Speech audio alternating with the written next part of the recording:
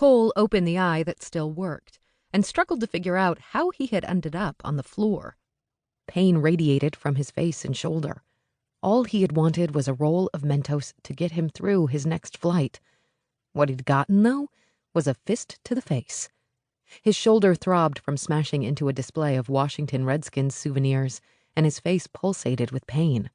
That big dude had one hell of a left hook. He tried to open his other eye, which was swelling shut after being on the receiving end of Big Dude's meaty fist, and blinked into focus a striking young woman hovering over him. She had long, dark hair, porcelain skin, and big brown eyes. Over her shoulder, he took in the crowd of whispering, pointing people that had formed around him. No doubt they recognized him, which meant the press would show up any minute. He also saw 2 airport police officers arguing with a large man in handcuffs, presumably Big Dude. Cole hadn't seen it coming. 1 minute, he had been standing in line minding his own business behind a guy having a heated discussion on a cell phone. Then he had watched Big Dude throw a wad of money at the clerk. Cole had tapped him on the shoulder to tell him he was being rude to the girl behind the counter. "She's only doing her job," Cole had said. The next thing he knew, he was looking up at an angel. "Are you all right?" she asked, hands coasting lightly over his face. Cole was appalled by his predictably male response to her touch. Before his little problem became noticeable, and before the media could show up and turn his life into a circus again, he quickly tried to sit up. Too quickly, he discovered, when he was hit by a wave of nausea that caught him off guard and snuffed out the situation in his lap. He lay back on the sweatshirt someone had rolled into a pillow for him, closed his eyes, and took a deep breath to ward off the nausea. "How long was I out?" he asked the woman.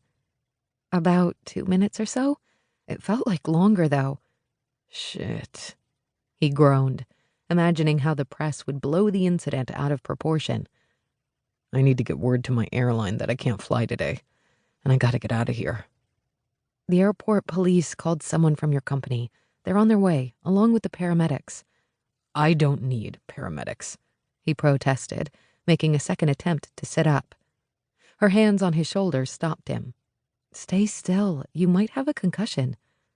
A veteran of high school hockey, Cole had no doubt about the concussion. Great. That's just great. After months on the ground doing the hero circuit on behalf of the airline, he didn't need a concussion to knock him out of the air for 2 weeks, just when the whole uproar had finally started to die down. "What's your name?" he asked, his eyes still closed as he did battle with pain and nausea. "My name?" "It's not a trick question." She laughed softly. "Olivia." Sticking up for a woman named Olivia had gotten him knocked out and knocked down to earth for at least 2 weeks. Damn it. "Thank you for what you did," she said. "No problem." "Yes, I think it was." Cole raised his shoulder in a half shrug. "He was being a jerk." "Here," a male voice said from above him. "Put this on your eye." Cole cracked open his working eye to find the store manager holding out an ice pack. He reached for it. "Thanks." The paramedics arrived a minute later, along with a representative from the airline, an older woman Cole had never seen before. She announced she would be accompanying him to the hospital.